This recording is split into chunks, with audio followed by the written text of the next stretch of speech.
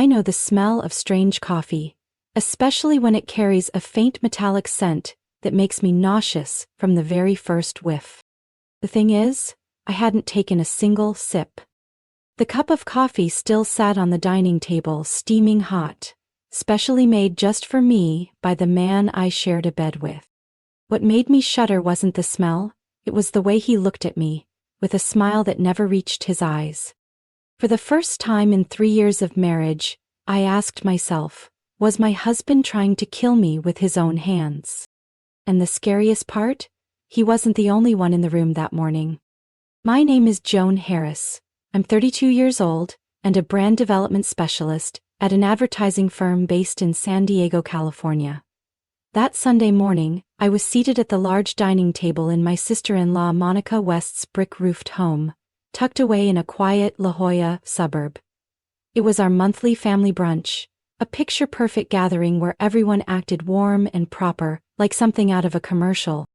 I used to love those brunches, back when I was new to the family, when Monica still treated me like a younger sister, when my husband David West, 36, was still the gentle man I'd met at a design conference 3 years ago. But things had changed, and that morning it was more obvious than ever. David placed a cup of coffee in front of me, his hand trembling slightly, unusual for someone who once worked as a barista in college. "Sweetheart, don't you want to try the cappuccino I made just for you?" he asked, voice a little too soft, paired with a half-smile that felt icy. I glanced at the coffee, then into his eyes. Something was off. The aroma wafting from the cup was unlike any coffee I'd ever smelled. Not the rich scent of roasted beans, but something sharp, like a broken antibiotic capsule. I smiled and nodded, but didn't pick up the cup. Monica sat across from me, wearing her usual mild smile. She stirred her own tiny espresso, but I noticed she hadn't touched a drop. "David's really gotten good at brewing lately, Joan. He's been practicing all month." "All for you," Monica said, emphasizing the last 2 words like a cold needle slicing through the air. I clenched my hands under the table. A simple comment, but it brought back a sharp memory. Last month, I drank tea she'd made and ended up in the ER that night with agonizing stomach pain. The doctors found nothing. Monica was shocked, said she made the same tea every day. I had wanted to brush it off, thought I was just being too sensitive. But the repeated stomach pains, always following a visit to Monica's house. It couldn't all be coincidence. I glanced at David. He'd been visiting Monica's place more often lately, said they were planning something for our 3rd anniversary, but every time I asked, he dodged the question. Once, I saw him deleting messages when I walked into the room.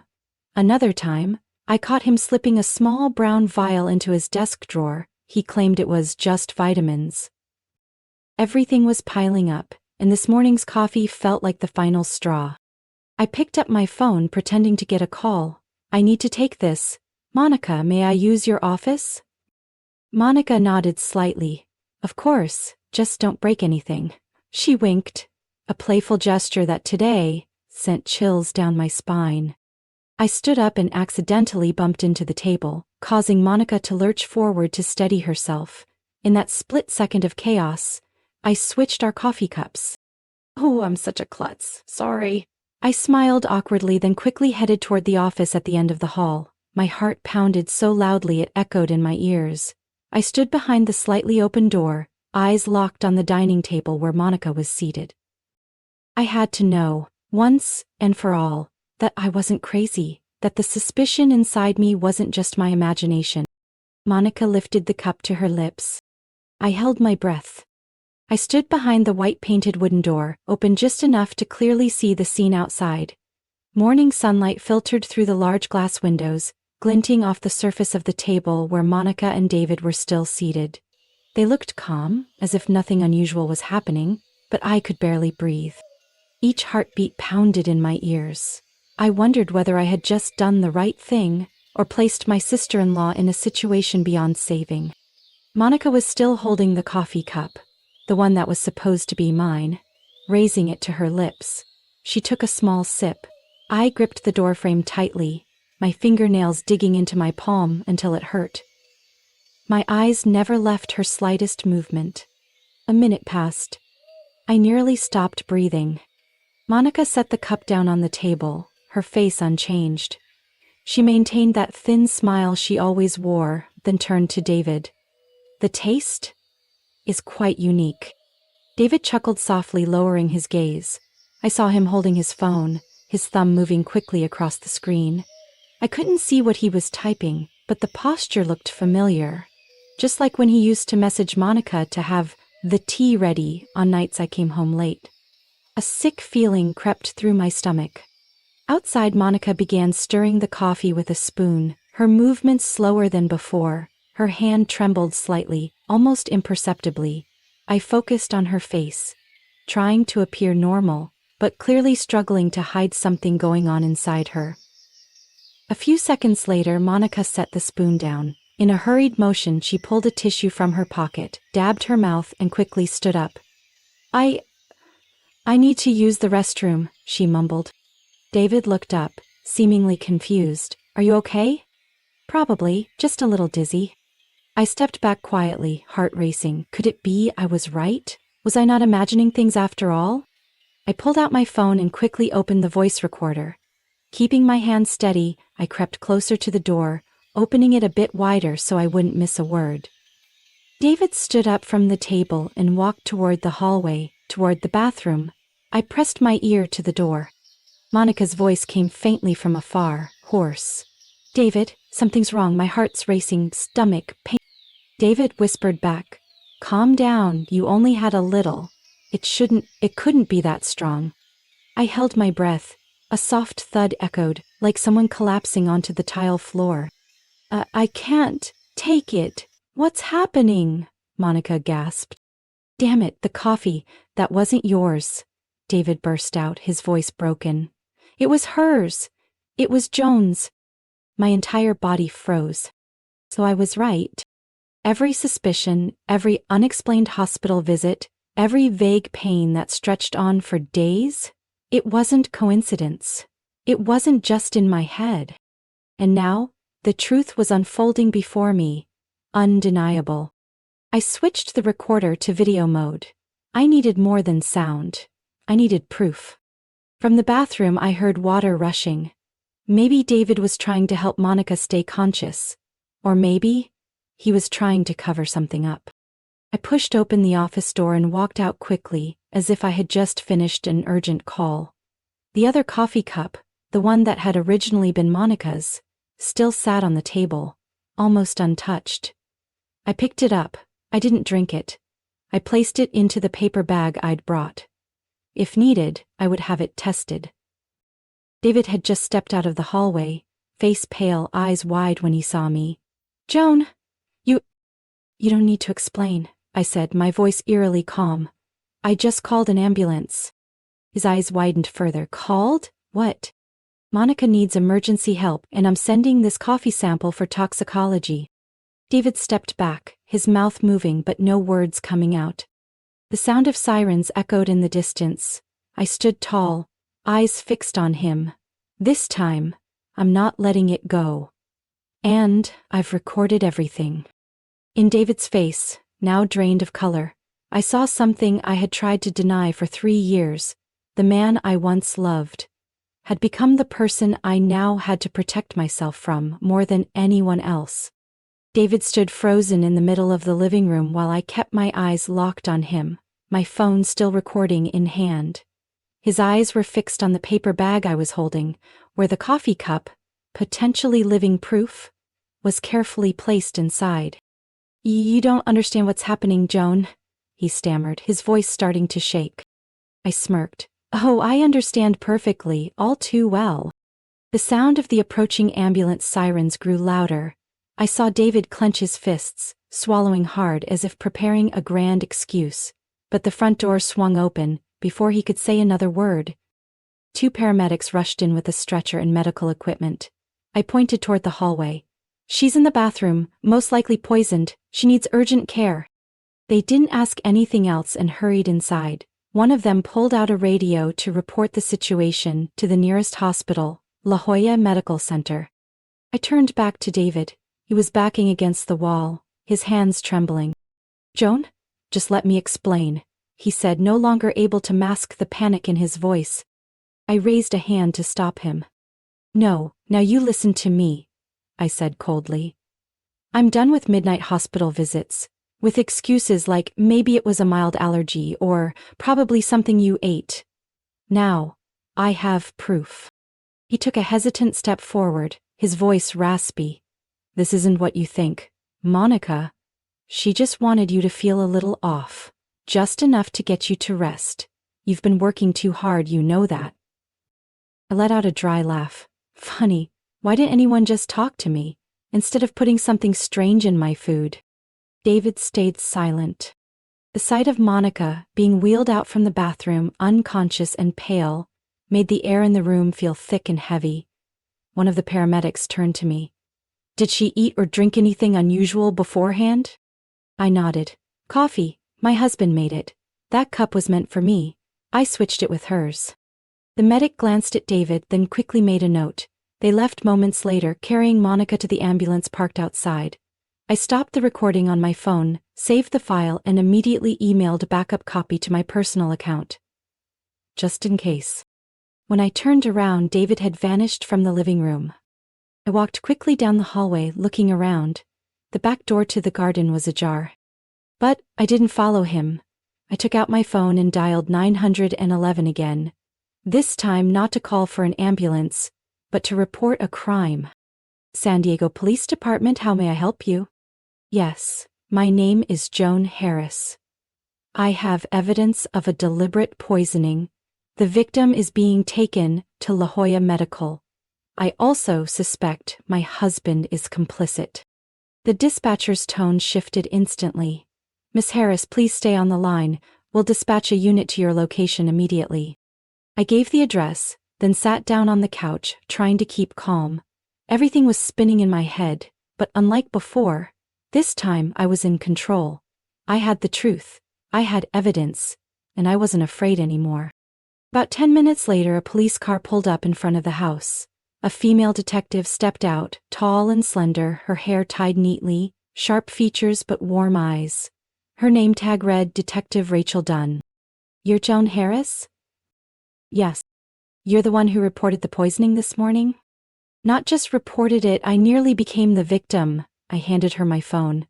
I have a recording, audio, and an untouched cup of coffee, the other one. It can be tested. Detective Dunn nodded. Good. You've been very composed. She watched the video I recorded, her expression growing more serious. When it reached the part where David said the cup wasn't Monica's, she paused the video and stared at the screen. That line is enough to open a criminal investigation. She turned to me. Do you have a safe place to stay, in case your husband returns? I'll go back to my apartment in East Village. I moved out last month. No one from his family knows. She nodded, then called in a technical team to collect the remaining coffee cup, process the scene, and take my full statement. A short while later, David was found in the backyard, trying to climb over the fence. He was handcuffed on the spot. As he was escorted past me, he looked at me with desperation in his eyes. You don't understand, Joan. I did this to protect you. I said nothing. I looked at him like he was a stranger. I never thought a cup of coffee could change my entire life. Within just a few hours, my seemingly stable life, as a wife, a hardworking employee, a well-liked sister-in-law, had been completely turned upside down. And now I was sitting in the interrogation room at the San Diego police station, facing a large screen where investigators were replaying the video I had recorded that morning. On the screen, David's voice rang out clearly. That cup wasn't yours. It was Joan's. Detective Rachel Dunn sat beside me, taking constant notes. She didn't say much, but I could feel that she was gradually piecing together a horrifying scheme that had unfolded over several months. You said you were hospitalized 3 times before? She asked without looking up. Yes, once in January after dinner at Monica's house. Once in March, after that brunch where I drank the tea she made herself. And most recently, in June, after breakfast with David at their apartment. Rachel nodded and tapped something on her tablet. We'll contact the hospitals you visited and request records and any remaining test samples if available. I've also ordered a team to visit your home to collect food, drink, or any items that might still be relevant. I nodded. I've also saved some suspicious messages from David's phone. I didn't have clear evidence before, but I still sent copies to a backup email, just in case. Rachel glanced at me, lips pressed. You're very cautious. Not many people stay this composed in a situation like this. I gave a dry smile. I used to think everything was in my head, but when I landed in the ER for the third time with the exact same symptoms, I started to doubt that. She nodded again and turned the screen toward me. We're also retrieving Monica's text history. We've found a few unclear segments so far, but it seems they've been planning this for a while. Want to take a look? I nodded. The screen displayed a message thread under the sender name, D. She needs to miss the meeting with the Anderson team. Say it's just the tea you made. I'll handle the rest. If this fails again, you need something stronger. I'm sick of watching her shine in front of my clients. D, I'll try a different one. No trace. She just needs to feel sick for a few days. I shuddered. The she in those texts was me. A cold, nameless exclusion. As if I were just an obstacle to be cleared away.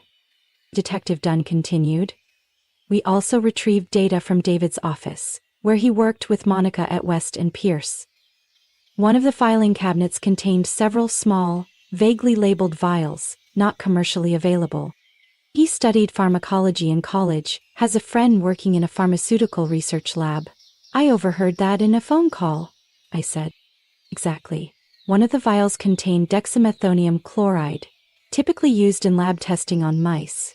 In humans, improper dosage can cause seizures, loss of consciousness, or even cardiac arrest. I was speechless. My hand clenched the hem of my shirt. Fortunately, you didn't drink the coffee this morning, Rachel said, her voice slowing. We sent the sample to an independent lab. Preliminary results show the concentration was 8 times above the safe limit. Had you consumed the whole cup? I could have died, I whispered, the words heavy as stone in my throat. Rachel didn't respond. Her silence said it all. A police officer knocked and entered, handing over an evidence bag containing the morning's coffee cup, carefully sealed. It also included a USB with backed-up data from David's phone and computer. The case is becoming increasingly solid, Rachel said, scanning the list. We'll be interrogating both of them. But I believe this case will be prosecuted to the fullest extent, with repeated, intentional poisoning. This won't just be attempted murder. I sat quietly, feeling both relieved and chilled. David and Monica, once the closest people in my life, turned out to be the ones secretly trying to remove me from the picture, out of envy, out of greed, over a client account. I turned to Rachel, my voice steady. When can I give my full statement? Right now if you're ready. I nodded. I'd been waiting for this moment for a long time. The first trial took place on a gloomy morning at the end of October.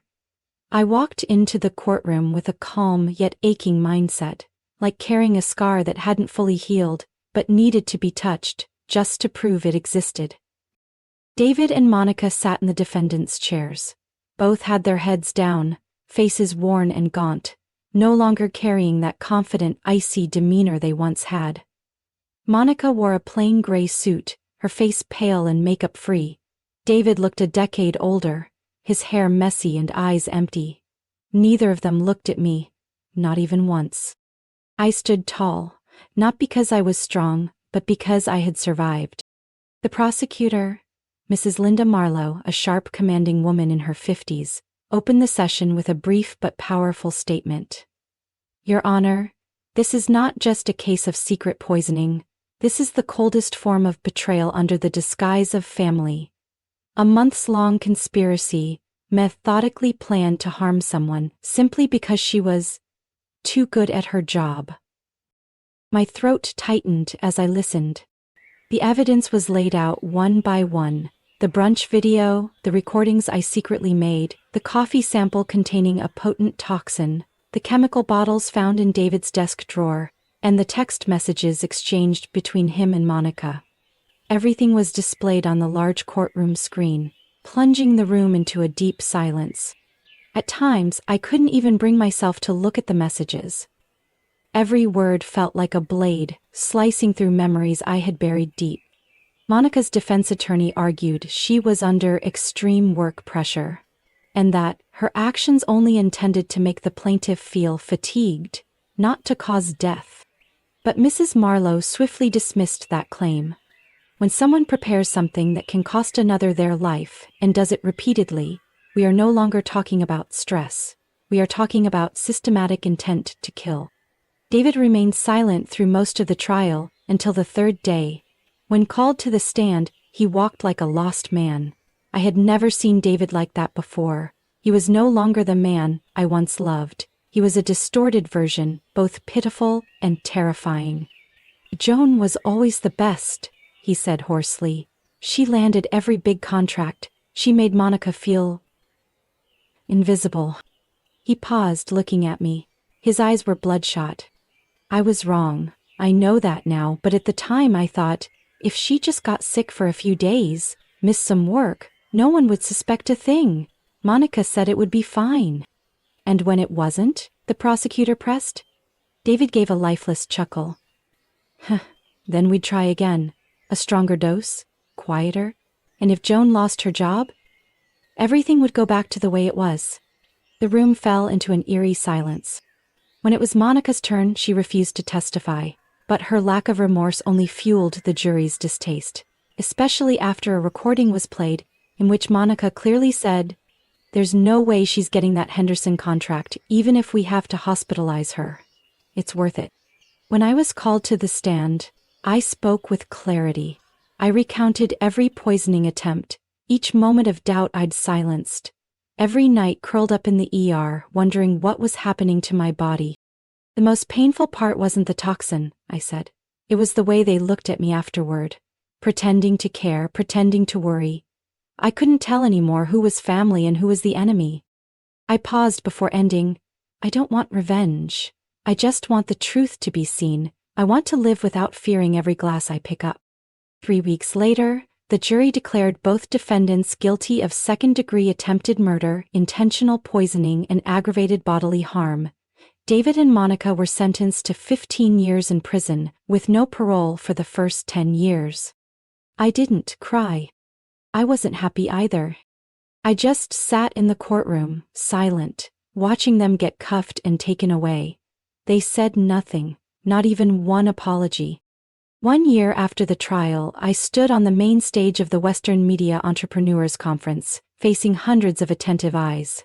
The spotlight shone straight into my face, but this time, I didn't blink or look away like I used to in meetings. I had learned to face it. The truth, the past, and myself. I, Joan Harris, am now the creative director of Lighthouse Branding, the agency I founded after leaving Weston Pierce. It started as a small shared office with 2 former colleagues, but after a few successful projects, including the Henderson account Monica once tried so hard to steal, my name began to spread.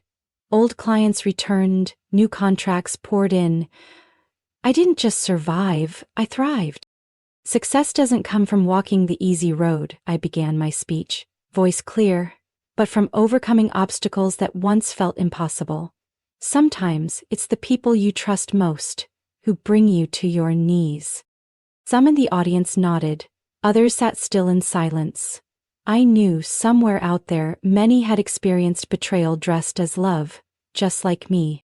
I'm not standing here today because I was lucky. I'm here because I didn't give up, even when I thought I had lost everything. I learned to trust my instincts, to document, to save, to question. And when the time came, I was ready to bring the truth to light. Applause broke out as I finished, not because I was eloquent, but because I dared to tell the truth. After the conference, a young woman approached me, eyes bright behind her thin-rimmed glasses. "Ms. Joan, I followed your journey since the case. I just started my first job in media. I'm scared of the competition, of being pushed aside, but after hearing you speak, I feel stronger." I gently squeezed her hand. "Remember, kindness is never weakness. but always keep evidence if something feels off. And most importantly, never let fear dictate your decisions. That night, when I returned to my new apartment in Mission Hills, a new email pinged in my inbox. The Henderson Group confirmed a 3-year contract renewal. I smiled, not because of the money, but because I had made it here, honorably. I closed my laptop, poured myself a glass of red wine, and stepped onto the balcony. San Diego at night was still buzzing, but no longer made me feel alone. I had found my voice again, and this time, I didn't need to shout to be heard. Because I knew one thing: the best revenge is not hatred. It's living well, brilliantly, and unapologetically. Joan's story is proof that sometimes, the very people we trust the most can be the ones who push us into our darkest moments. But if we stay clear-headed, brave enough to remember, to speak up, and to hold on, the truth will eventually come to light. In real life, anyone can face betrayal and harm, but instead of falling, turn the pain into strength. Because the most powerful success often lies in surviving, boldly and brilliantly. What do you think about Joan's journey and the secrets behind a seemingly perfect family? Share your thoughts in the comments below. And don't forget to follow the channel for more surprising and emotional real-life stories.